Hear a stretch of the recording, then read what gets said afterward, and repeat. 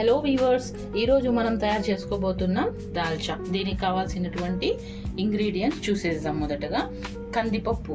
So ఈ measurement కోసం నేను ఈ టీ కప్ వాడానండి. దీన్ని ఫుల్ గ్లాస్ మనము కందిపప్పు తీసుకోవాలి. హాఫ్ గ్లాస్కి మనం శనగపప్పు, మరి హాఫ్ దీన్ని ఏమంటాం పెసరపప్పు. ఓకే, ఈ 3 పప్పులు తీసుకోవాలి. టొమాటోస్ ఒక 2 కట్ చేసుకున్నానండి, పెద్ద సైజువి.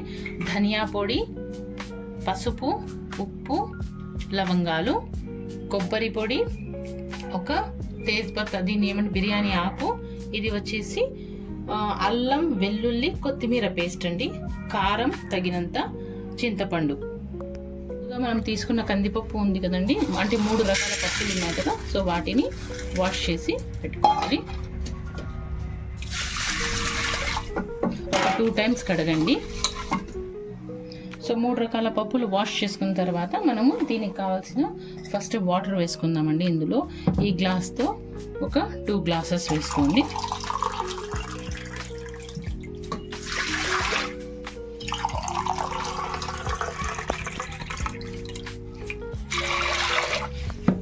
వేసుకున్నాక ఇందులో మనం మొదట తీసుకున్నటువంటి టొమాటోస్, బిర్యానీ ఆకు, మసాలా, కొబ్బరి పొడి, లవంగాలు తీసుకున్నాం కదండి, లవంగాలు, పసుపు, ధనియా పౌడర్, ఉప్పు కాస్త వేసుకుందాం, మళ్ళీ చూసి వేసుకుందామండి, కారం, చింతపండు. ఇంత చాలండి, మరీ ఎక్కువ వేస్తే పులుపు ఎక్కువ అయిపోతుంది. ఇప్పుడు వీటన్నింటిని ఒక లిడ్ పెట్టేసి స్టవ్ మీద పెట్టేసుకుందాం. స్టవ్ మీద కుక్కర్ పెట్టుకున్నాక హై ఫ్లేమ్లో పెట్టేసి 3 or 4 విజిల్స్. 4 విజిల్స్ అయితే పూర్తిగా క్లియర్గా బాగా మ్యాష్ అవుతుందండి, బాగా కుక్ అవుతుంది దాల్. సో 3 or 4 విజిల్స్ పెట్టేసుకోండి. సో 3 విజిల్స్ అయిపోయాక మనం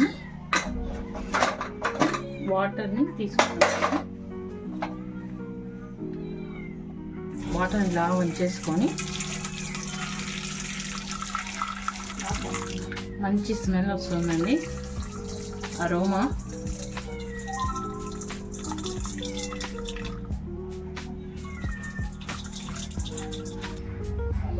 సో ఇప్పుడు ఈ పప్పుని బాగా ఎనిపేసుకోవాలండి. పప్పు ఇలా ఎనుపుకున్నాక ఈ బిర్యానీ ఆకు తీసేసేయండి, దీంతో మనకు పని లేదు. ఇంకా వాటర్ ఏవైతే ఉన్నాయో ఈ వాటర్ని ఇందులో వేసి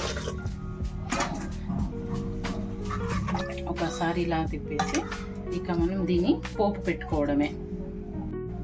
ఒక పాత్ర పెట్టేసుకొని కాస్త వేడయ్యాక ఇందులో మనం పోపు కావాల్సిన ఆయిల్, ఇంత కాదండి, నేను జస్ట్ పెట్టుకున్నాను అంతే.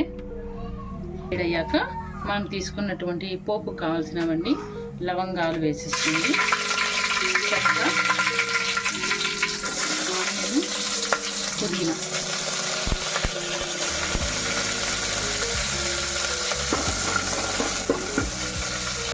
సో రెడ్గా అయిపోయాక మనం ముందుగా చేసి పెట్టుకున్నటువంటి దాల్ వేసేసుకోవాలి. వేసి ఇమీడియట్గా మూత పెట్టేసుకోండి, స్మెల్ వెళ్ళిపోతుంది. అందుకే మూత పెట్టేసుకొని ఒక బాయిల్ వచ్చేంత వరకు ఒక 5 minutes అలా మనము వేడి చేసుకోవాలి. ఆఫ్ చేస్తే మన దాల్చా రెడీ అయిపోతుందండి. వేడి వేడి టేస్టీ అయిన దాల్చా రెడీ అండి. సో ఇది తప్పకుండా ట్రై చేయండి. ఇది మనకు బగారా రైస్లో, బిర్యానీలో అండ్ ఖుష్కాలో చాలా బాగుంటుందండి. ట్రై చేయండి.